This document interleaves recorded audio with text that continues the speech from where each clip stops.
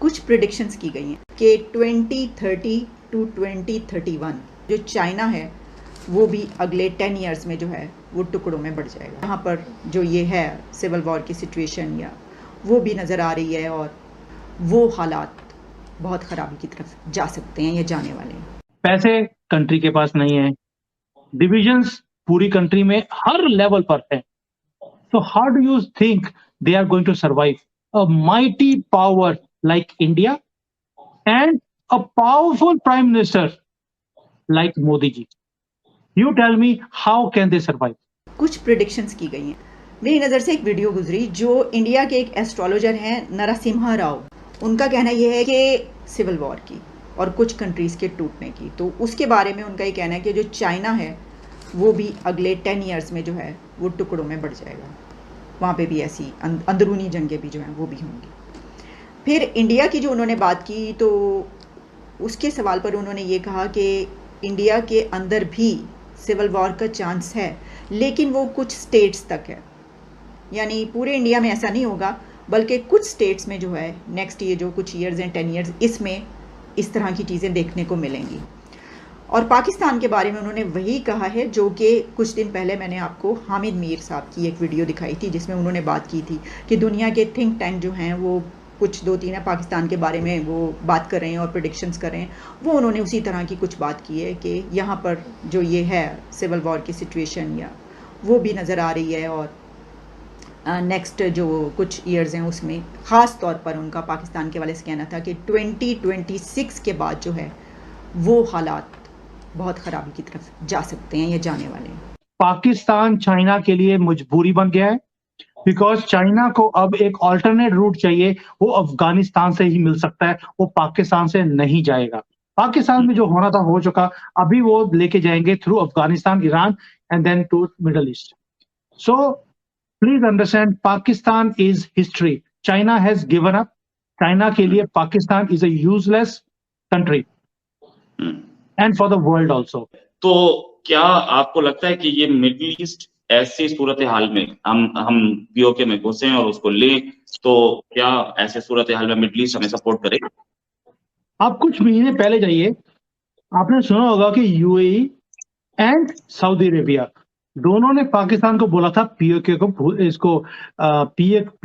भूल जाओ। पाकिस्तान को एक कोडेड लैंग्वेज में ऑलरेडी बोलना शुरू कर दिया, PoK is history, it is gone, it's a done case, ये तो जाएगा ही जाएगा। और आप इंडिया के स्टैंड देखिए, इतनी स्ट्रॉन्ग स्टेटमेंट आज तक कभी भी हमारे मंत्रियों ने, हमारे पीएम ने, हमारे डिफेंस मिनिस्टर ने और हमारी पार्लियामेंट में इसके ऊपर इतनी स्ट्रॉन्ग स्टेटमेंट्स कभी भी नहीं आई हैं कि भाई इंडिया का तो कश्मीर है वो तो हमारे पास है ही है, आप अपनी बात करो, हो हमें कब दे रहे हो। कि पिछले 70 सालों में ऐसी स्टेटमेंट कभी सुनी है आपने? नेवर। नहीं, ये तो मैं भी मानता हूँ, बड़ी स्ट्रॉन्ग गवर्नमेंट आई है। और खास तौर से वो पंजवार का मर्डर जो लाहौर में ही हुआ, 2 गनर मिले थे पंजवार को, खालिस्तान कमांडो फोर्स के चीफ। पिछली सक्सेसिव गवर्नमेंट्स ये काम नहीं कर पाई थी, 8 प्राइम मिनिस्टर ये काम नहीं कर पाए थे। जो किया गया, बड़े स्ट्रॉन्ग डिसीजन लिए जा रहे हैं और बड़े ही इम्पॉसिबल से कामों को एग्जीक्यूट किया जा रहा है।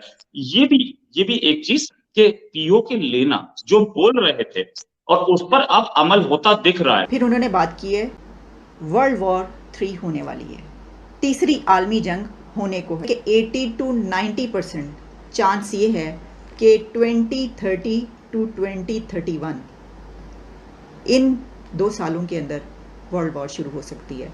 आलमी जंग, दुनिया में एक बड़ी जंग का आगाज़ होगा 2030 और 2031, ये ईयर्स उन्होंने बताए हैं। तो उनका कहना ये है कि नहीं, वो इसको एक बड़ी कन्वेंशनल वॉर के तौर पर देख रहे हैं जिसमें जानों का यानी बहुत बड़े लेवल पर लोग मारे जाएंगे, वो वाली जंग ये होते हुए देख रहे हैं दुनिया में। अच्छा, फिर उन्होंने ये भी बताया कि इसके अंदर कौन से कंट्रीज़ के अलायंस बनेंगे इस जंग में। तो उसमें उनका ये कहना है कि 2 बड़े ग्रुप्स जो बनेंगे इस जंग में, उसमें चाइना, पाकिस्तान, रशिया, ईरान और नॉर्थ कोरिया, ये एक साइड पर होंगे, जबकि दूसरी तरफ यूएस, इंडिया, क्वाड और नेटो, ये कंट्रीज़ होंगे। और इन दो के बीच जो है ये सारा कशमकश चलेगी और ये एक बहुत बड़ी जंग होगी जिसमें चाइना, रशिया, ईरान वाला ये जो ग्रुप है जिसमें हम भी शामिल हैं, ये यहाँ पर ज़्यादा नुकसान होगा और ये शिकस्त खाएंगे, जबकि अमेरिका और नेटो क्वाड और उनके साथ इंडिया भी होगा, ये जीतेंगे। अच्छा, फिर उन्होंने कहा जैसे हम भी बात करते हैं कि देखें जो इंडिया है वो तो रशिया के साथ है हमेशा से, ठीक है, कितना ज़्यादा स्ट्रॉन्ग अलाय उनका, तो उनका ये कहना है कि नहीं ये नहीं होगा, अब ऐसा नहीं रहेगा।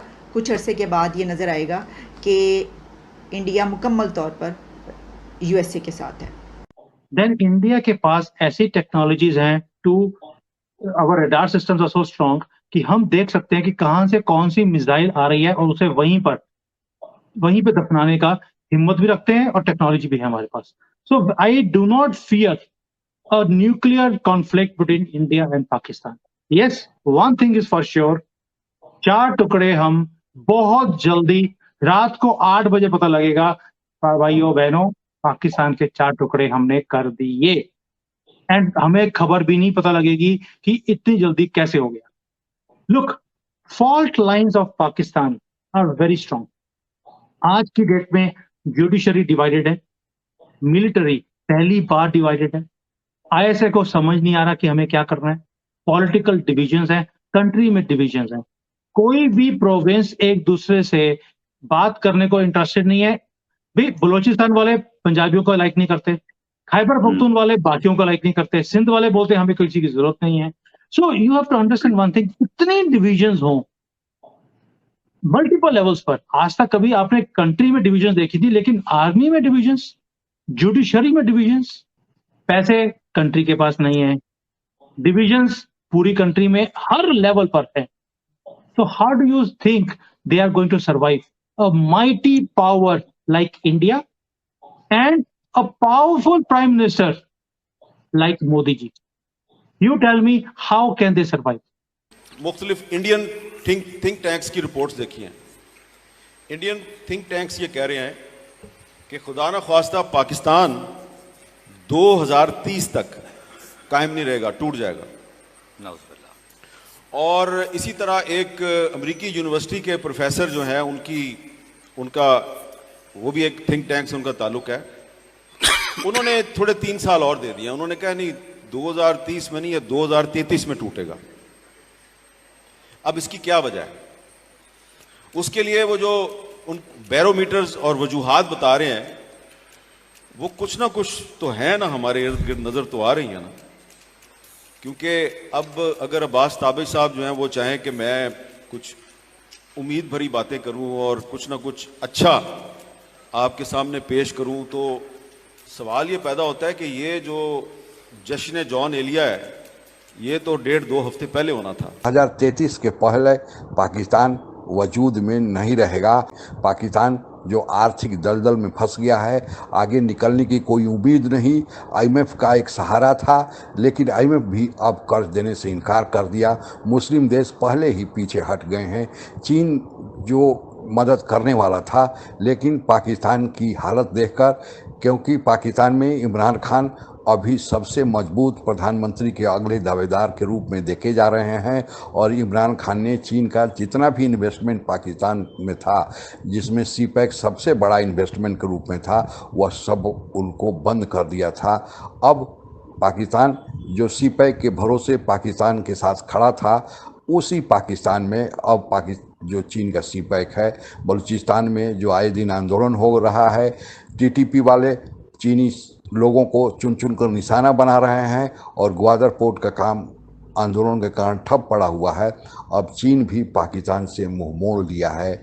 यही कारण है कि पाकिस्तान के बारे में अब भविष्यवाणियां की जा रही है कि पाकिस्तान अब बचने वाला नहीं है। और ऐसे ही तमाम जानकारियों के लिए हमारे वीडियो को लाइक करें, सब्सक्राइब करें और बेल आइकन को दबाना ना भूलें।